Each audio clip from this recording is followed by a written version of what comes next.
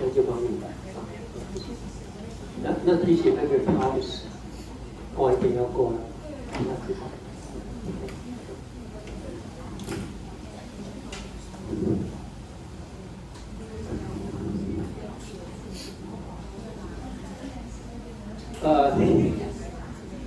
Before we start the lecture, let me say something about your assignment number 4. Okay, before.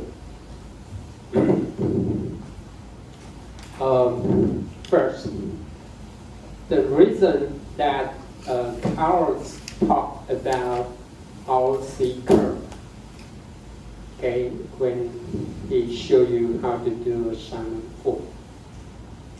Under my request, because I found out most of you, or a few of you, didn't know how to use or how to plot our C curve. So he mentioned that, okay? But actually our C curve is nothing to do with assignment number 4. But almost every one of you discuss the results with our C curve. I don't know why. So first, please read my class note before you do your homework. For assignment number 4, you even talk about the data imbalance for part 1.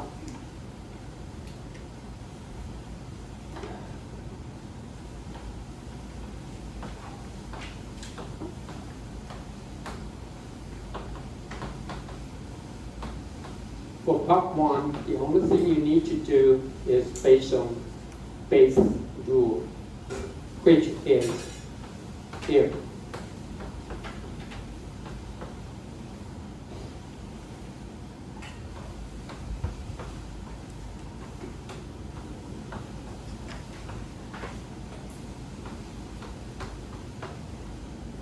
If this is true, then we assign X to class. First, no threshold involved. If you don't have threshold, I don't know how to get the RC curve. Or can anyone answer me? How do you get the RC curve? Now, G1 is the Gaussian distribution for class 1, which could mean the client subscribe the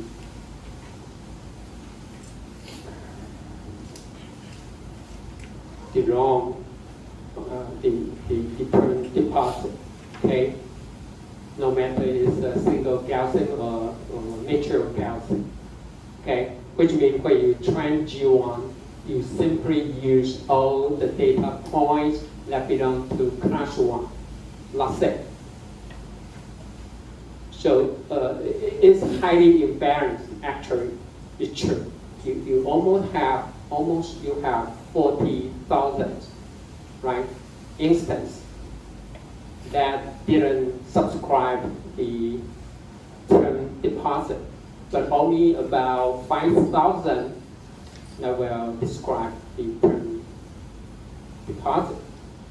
But since you train G1 and G2 separately, okay? So if G1 is, class 1 is the one that didn't subscribe the term deposit, maybe you might have a better estimation of the Gaussian function because you have around 40,000 samples. But actually it's nothing to do with class 1, the sample of class 1 or class 2. I know some of you use oversampling for that, but I don't know why you need to do that. Especially you talk about the ROC, unless you just train G2, for example, okay?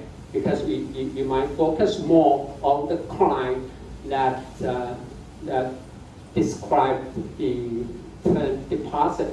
So we can set up the threshold. The threshold or the probability does not have to be larger than 0.5. So you can set it as long as it's less than 0.1, for example. Then you can identify most of the true positive, okay?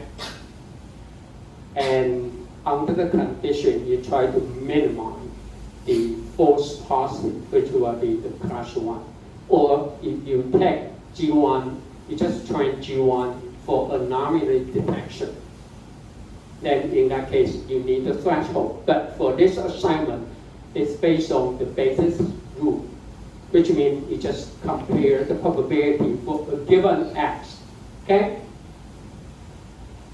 If G1, the probability of G1 is less than G2, then there's no reason you don't assign X to class 1. That's it. So basically, there's no threshold. No threshold, no RC curve. Okay? Second, each individual, the Gaussian distribution is trained.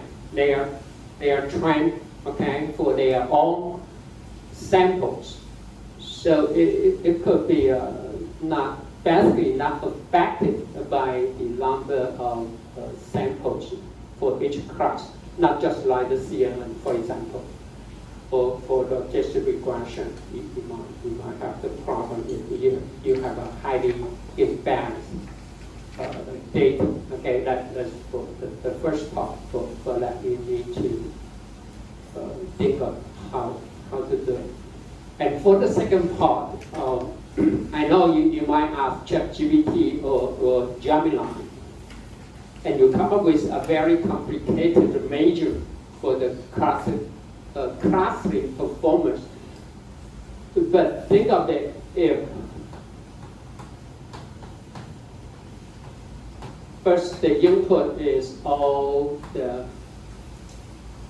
45,000 samples, both from class 1, class 2. Now, the idea is you have the ground truth level. So we don't need very complicated metrics to evaluate the performance. That's because you have the ground truth.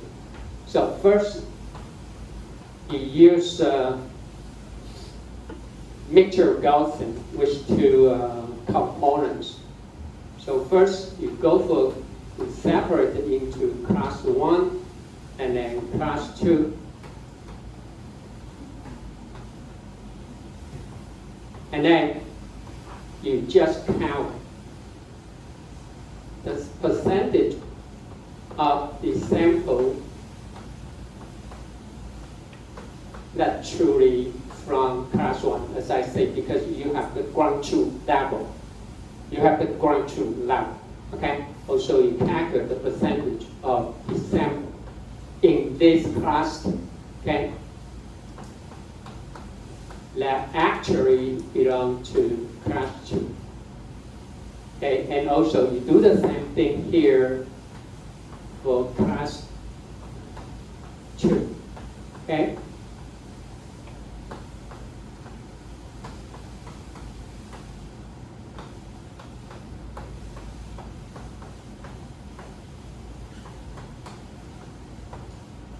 So by analyzing the percentage or class 1 sample and class 2 sample in each individual cluster, you may know, okay, if the performance for the cluster with the mixture of Gaussian is good or not. I'm not quite sure because it's highly imbalanced what will be the result. One of the easy way to, if you do need, you prefer some quantitative measure, you can measure the purity in each class. Well, actually, the purity is the measure used in random forest. Okay, we can talk about that later on. But even without these very complicated measures, you can simply just calculate the percentage of the sample for each class in individual class, and then you will know what is the performance. Then the percentage, the denominator will be the total number of the sample or the total sample in the class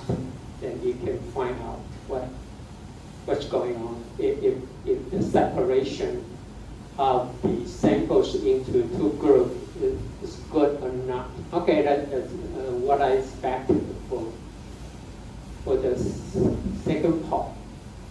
I do appreciate for many of you talk about what if you perform data normalization. Quite a few of you just simply use the scientific standard scale. Anyway, it's normalized with Z-score. But it didn't tell me how do you do the normalization for the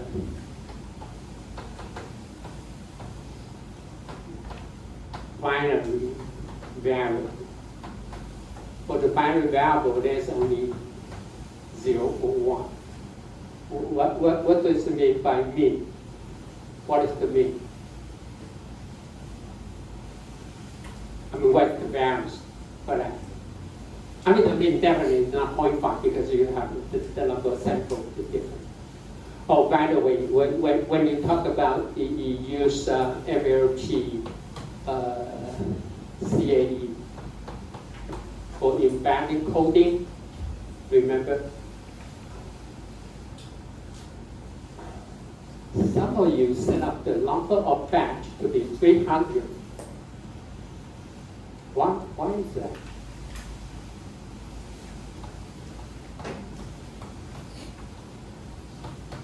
Now that's one part in coding, right? You have 12 jump. So actually, how many samples you have for this sample to train the CA? How many? 12, just 12. You know what I'm saying? Now 1,000, now 10,000, just 12. Why is that? Because there's only 12 combination of one part in code variable. That's it. The only thing you need to do is how to convert this 12-dimensional one part encoded variable into an embedded entity. So actually, you try to find the lookup table. That's it. Okay, so here's the job type. Okay, you put 1. You don't even need the one part encoder. Okay, then this is the embedded. Okay, some of you just divide it into 3 dimensions. That is the lookup table you need to learn from the CAE model. That's it. You only have 12 combinations, not 4,000, not 40,000 samples. This may not be the best way to go. If you remember, I asked you to do the entity embedding by add some MLT and then connect it to a large MLT, right? So that you can train, okay, the entity embedding with respect to the class level. But for autoencoder, there's nothing to do with the output, nothing to do with the class level. We just make the input as the same as the output.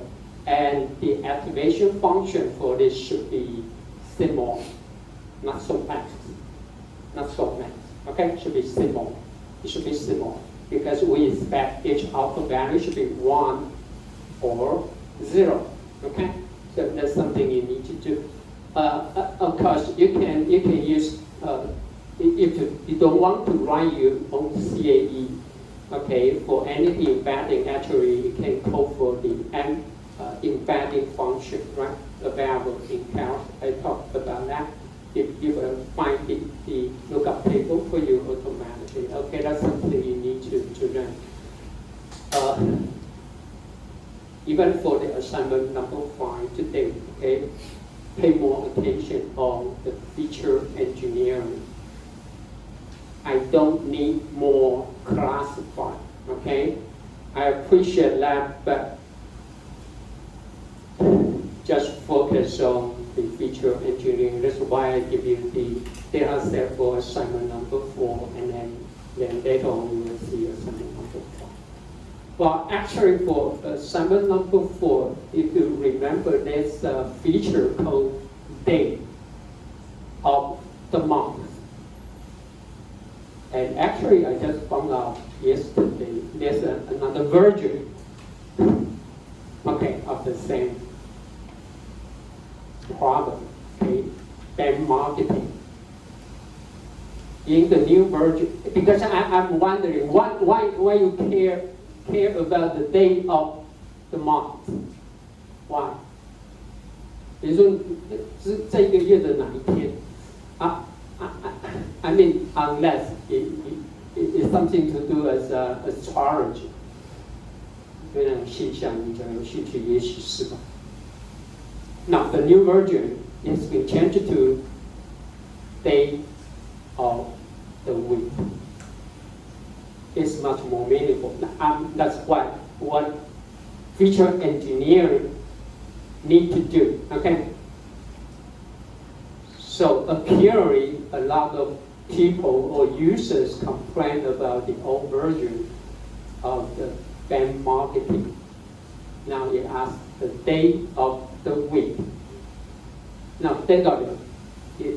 If you have the choice and you need to prepare the presentation day for your final defense, what will be the best day for you for the presentation? Monday or Friday? Make a choice. But what will you go for Monday? Friday. Of course, Friday. It got to be Friday, right? Right. So why not? If you make a phone call on Friday, it could have a better chance, right? To persuade the customer or the client to subscribe the term deposit compared with Monday, right? So-called the Blue Monday, right? And Friday is the eve of weekend. I mean, it's still better than the day of the month, right? But it might mean something, I don't know. Because by the end of the month, if the day is toward the end of the month, maybe no matter what you ask or what you try to sell, because the client made out of the money, right?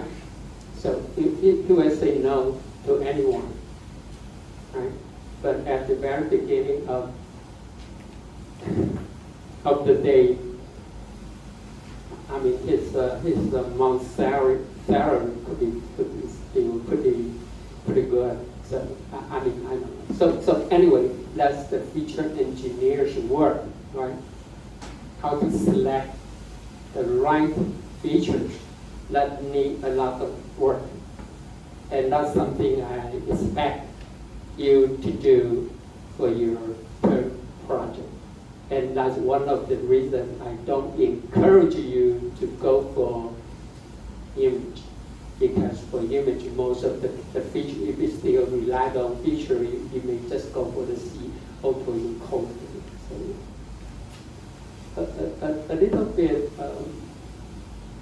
not as what I expect. Okay, so even if you work on time series data image, I still prefer you might add some of the vector value data, okay, for your project, okay? Okay, so I talked too much. Let's go back to our topic. I know many of you already use SVM a lot, but let me just show you some more details, okay? But I will skip a lot of mathematical details, but let you know because the SVM tool will provide a lot of useful information, not just make the final decision that adds belong to class 1 or class 2, no, not just like that, okay? It will provide a lot of information that can help you to do an insight analysis, okay? So that's my purpose for that. Okay, let me summarize what you have learned so far. Okay, it's a maximization problem. Okay, a very typical OR's problem. First, we try to maximize. Well, actually, I just put 2. Okay.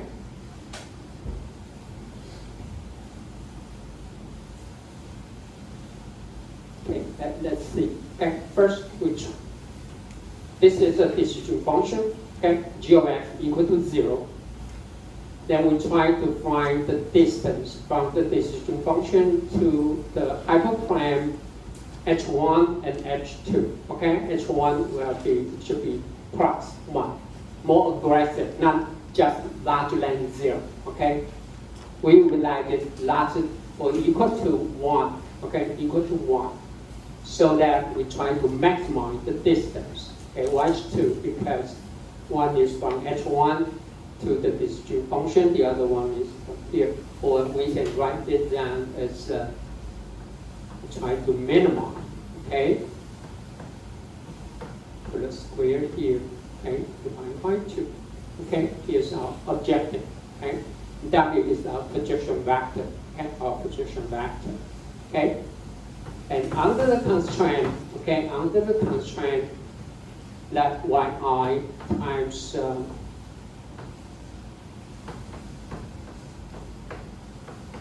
plus the bias, should put W. Okay, the bias.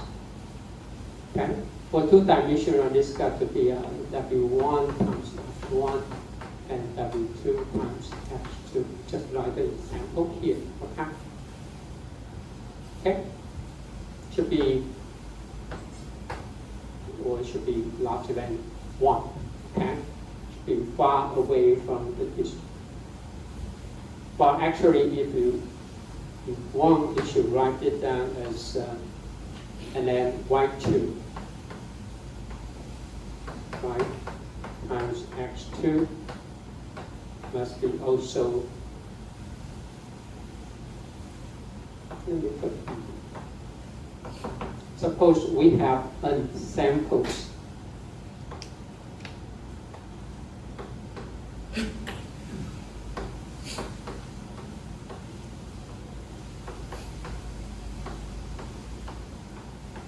Okay, which means if you have n training sample, you will have n constraints. OK， 有 n 个样本就会有 n 条限制式。OK， 所以一般来讲，这个 OR 的这个模型相当大。OK， you have a very large ORs. First, the objective is nonlinear. Okay, it's nonlinear. Although each constraint is a linear function, And remember, all the yi value is the level. It's not a variable. Okay, y is the only variable you need to solve for is w. Okay, w1, w2, the coefficient for each features, and plus the bias. That's it. Okay, they are the decision variable. Okay, not y. For our case here, y will be only the positive 1 or plus 1. Okay, on the right hand side of the margin, or y will be minus 1. Okay, so when I don't take y as a decision variable. Okay, it's just a level. Okay, 1 or minus 1. Okay, the decision variable is y here. So each constraint is linear. Okay, that's what we. As I mentioned, we can convert this constraint optimization problem into unconstrained, right? Into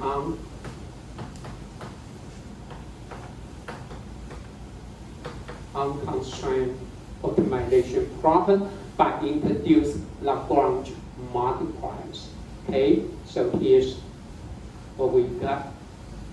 Okay, if we convert it into, okay, by introducing Lagrange multipliers. Okay, so here's what we got. Okay.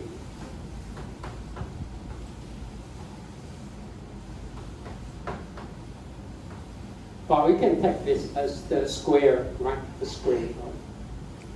The length, okay, and minus.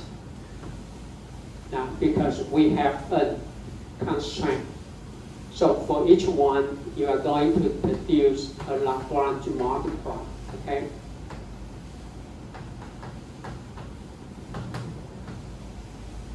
Which will be the new additional variable, because we have n constraints. So you will have n multipliers, okay?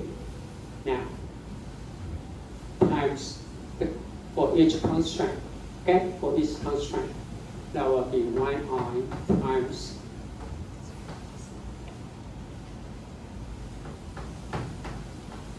xi and minus w0, okay?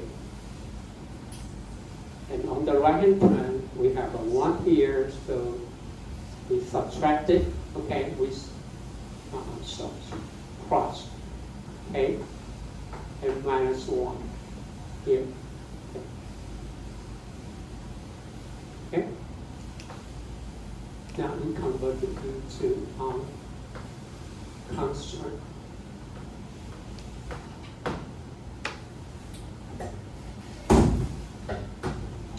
Now for I equal to 1 to n, because we have a constant. So this is our new objective function, unconstrained optimization problem. Okay, so everyone. So far, I will introduce later on, okay, but I will skip a lot of details about the mathematical, okay, but I will explain what is the physical meaning of the Lagrange multiplier alpha, okay? Now, again, W are our decision variable, okay? The independent decision variable, okay, and also the true for the unbiased W0. Now we introduce more, okay? If you have an n constraint, you will introduce an Lagrange multipliers, okay? Now here's a requirement. All the Lagrange multiplier must be negative, okay? 它不可以是负的，是非负的值，所以它只能是正的或零。So therefore, alpha can only be 0 or positive. Okay, it cannot be negative. Okay. Okay. Now convert this optimization problem into unconstrained. Once you have the unconstrained, then we can show for the optimization, right? Simply by retake. Okay. With respect to, for example, with respect to each decision variable, then we set it to 0, right? Then we can solve for the ultimate solution. Okay, that's the easy way to go if we will convert this constraint optimization problem into unconstrained optimization. And we can simply take the derivative with respect to each decision variable and set it to 0, right? Then we can solve for the problem. Okay, so now, so first, if we take the derivative, okay, of this term with respect to W0, okay, here. So, because this W0 here, so this term will be gone because it's a constant, right, with respect to W0. And what about here? Because we take the derivative here, so what you got is alpha I times yi, right? So this is the very first equation that you can get, okay? Alpha I times yi must be 0. Remember, yi is not a parameter or some decision variable, okay? But Lagrange multiplier is decision variable now. Okay? So anyway, alpha I times yi must be equal to 0 if we do have an ultimate solution for W0, which is the bias. Now we take the derivative, okay, with respect to W. So here, as you know, that's why I put 1/2 here, because when you take the derivative, then 2 will be cancelled out, right? So what you left will be just W, okay? And then what? And we have a W here. So when we take the derivative with respect to W, what is left will be alpha I times yi times xi. That's right here, okay? So W, okay, this is the position vector. Okay, will be alpha I times y times xi. Remember y, again, y is only 1 or minus 1. So actually you can think of W kind of weighted to the mean of xi, right? It's not exactly what I'm saying, okay? But it just actually because yi is not a weight, okay? It's a Lagrange multiplier, but you can think of it. W we simply take yi as a coefficient and times each individual sample xi. So xi is a vector, so that the projection vector is also a vector, right? Okay, yi. So to find W, you need to solve for what?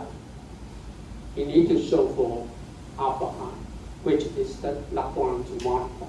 好，所以你假如这个 Lagrange multiplier 都有了，你就可以有 W， 有 W 你就会有 W 零，那个才是我们最重要的。Okay?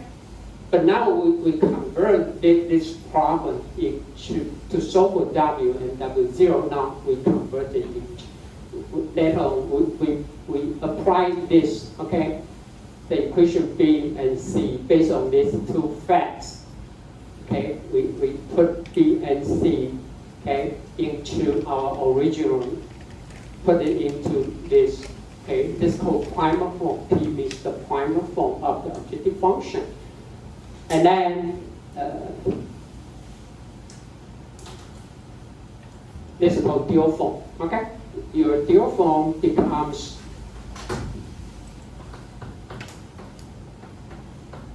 okay. It will becomes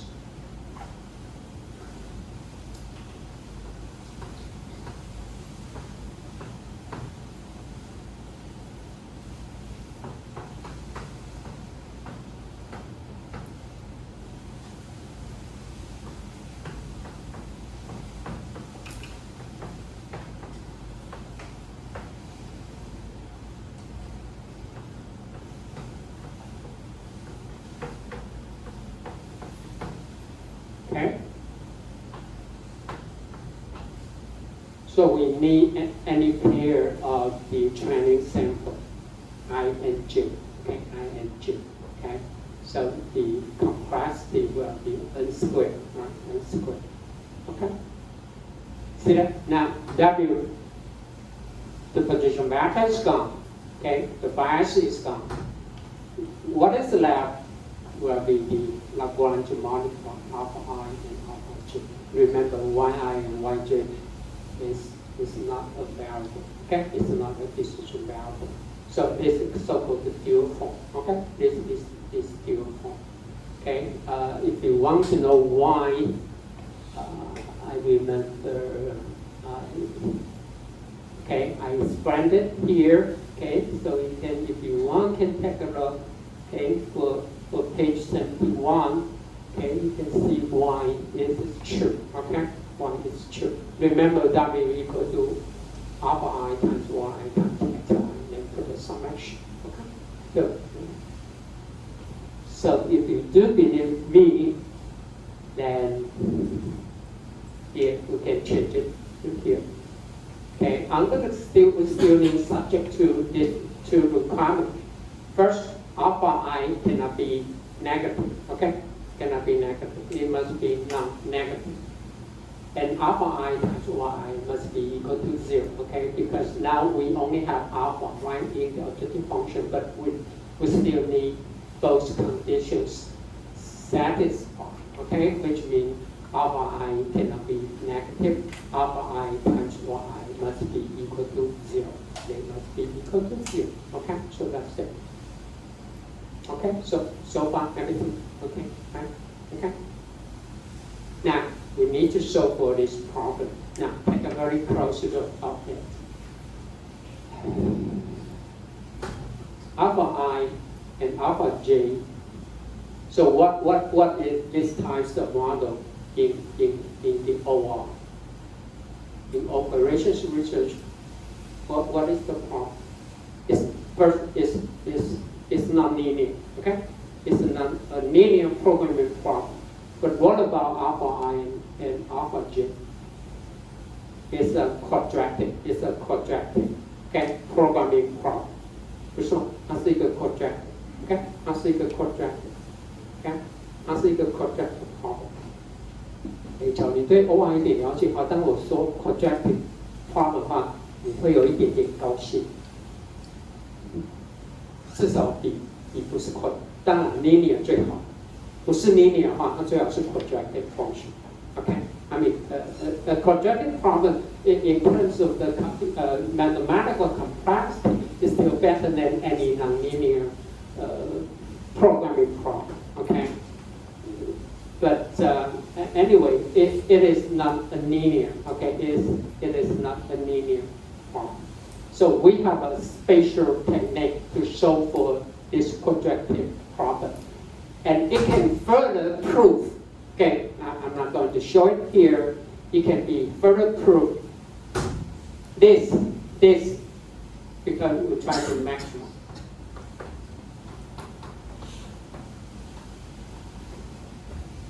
It is a convex function. 它是一个 two 集合。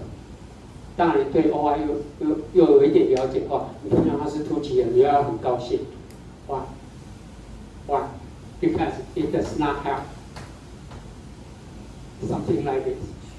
Especially when you try to search for the optimization solution. If you have the distributive function like this, you might what? You might get stuck on the local optimal solution. But when we say this objective function is convex,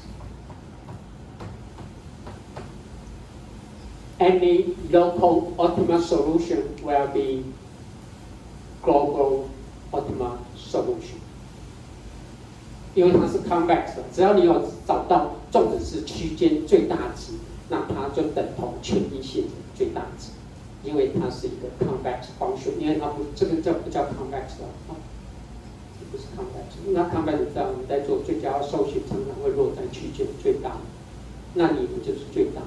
But actually, there's a better solution here, right? But for a convex, once you have an optimal solution, then you will need the global optimal solution. That's the beauty of this form, okay? Of this form here.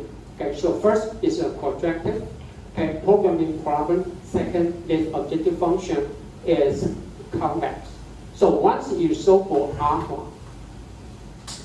and then you can go back to find W, okay, with the value of alpha I for each individual training sample alpha. Okay, so that's it. Okay.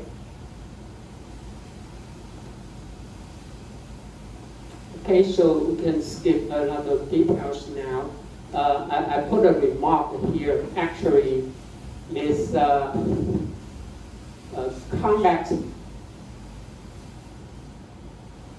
quadratic programming problem has been solved by the so-called XMO, called sequential minimum optimization, okay, which was almost 20 years ago by Pratt. You will see the name again later. Okay, I will show you that. At that time, he worked for Microsoft Research. Okay, and if you do know something about SVM, okay, even for science kit learn, it's maintained by this SVM, library SVM, okay? The science kit learn also is based on the tool here. The original Okay, it's based on the SMO algorithm. It's maintained by Lin Ziren, okay, Joseph, okay, who is now is a professor, okay, in the Information Management Department of Taiwan University, okay. Okay, pretty famous one because it has been cited to be more than 10 science time. Okay, 那个林志仁教授他在 maintain.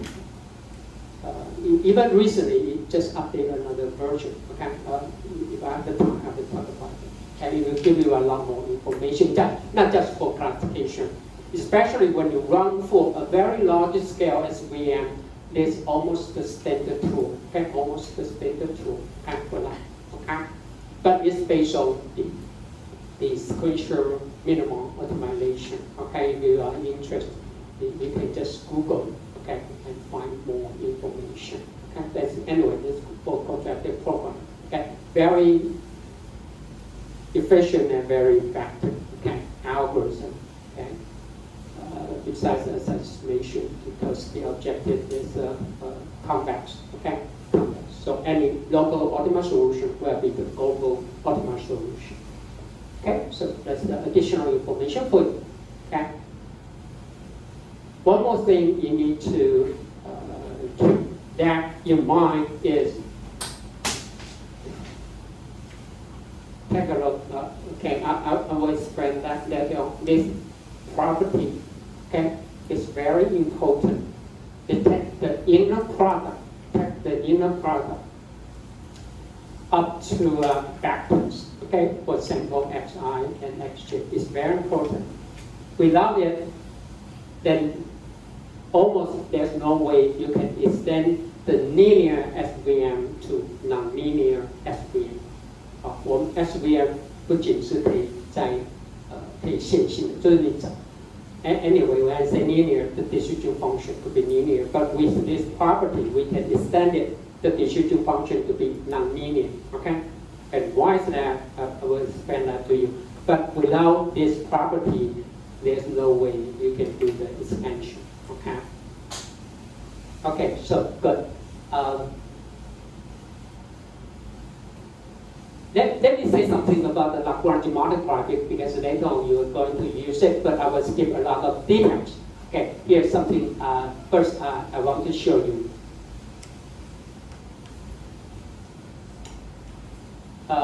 Suppose the circles here or ellipse here is the objective function. Okay. Now, this is so-called isogram. Okay, 等高线, which means all the data point here, okay, on the circle here will return the same value C. So you can put a C1, C2. Okay, you know what I'm saying, right? Okay, this is the objective. Okay, our objective. And G here could be our one of the constraint K. Okay, is the constraint. Now, if we do find some optimal solution, it can be proved the gradient for this example here. If we have an optimal solution right here, then the gradient of the objective will be the same, which means the same direction as the constraint. Both will have exactly the same direction. Well, actually, I should say both will have the same gradient with the scale difference. And the scale is given by Lagrange multipliers. Okay, 数学上不是这里，就是说，假如这边真的有一个最佳解的话，这个目标式的它的梯度。会跟这个每一个 constraint 它的梯度呢会是同一个方向，然后呢只差了一个 scale， 这个 scale 呢就是由 alpha 来定义的。OK， 这个可以证明的是这样。好，你先假设这是对的。OK，I will skip a lot of details. OK， because we don't have too much time for that. OK。What I'm trying to do is skip the details. Let me just show you this example. Okay, I show you this example. Now, we have an example here. Our objective, okay? Our objective is x times y plus 1, okay? If our objective, x times y, we have a two variable, x and y, okay? Plus 1 plus some constant. So we know x times y is what? Is a hyperbola, okay? 双曲线 okay? It's a hyperbola, okay? X times 1 plus 1, we have a hyperbola, okay? Now, under the constraint, the g of x equal to 0, okay? Here, the g of x equal to 0, here, okay? So, here's the constraint. It means what? All the possible value x and y must fit this constraint. Now, the question is, what should be the point that will maximize this objective, okay? Which is a hyperbola, okay? Everyone follow me? Now, so we have the objective like this. We have the constraint, okay? Well, actually, you can write them should be less than or equal to 1. Everything inside of this one, okay? But if you want, I just put it should be equal to 1, okay? Equal to 1. So here's the constraint of the possible combination for x and y. Now, the question is how to find the x, y, okay? That will maximize our objective, the hyperbola. Actually, from here, you know, the solution is not unique, okay? But the ultimate solution could be unique. That could be unique. That's what I'm trying. So first, I just mentioned because the gradient, okay, the gradient of this objective function should be the same as the gradient of the constraint, okay, with some scale different given by alpha. So here it must be the same, okay.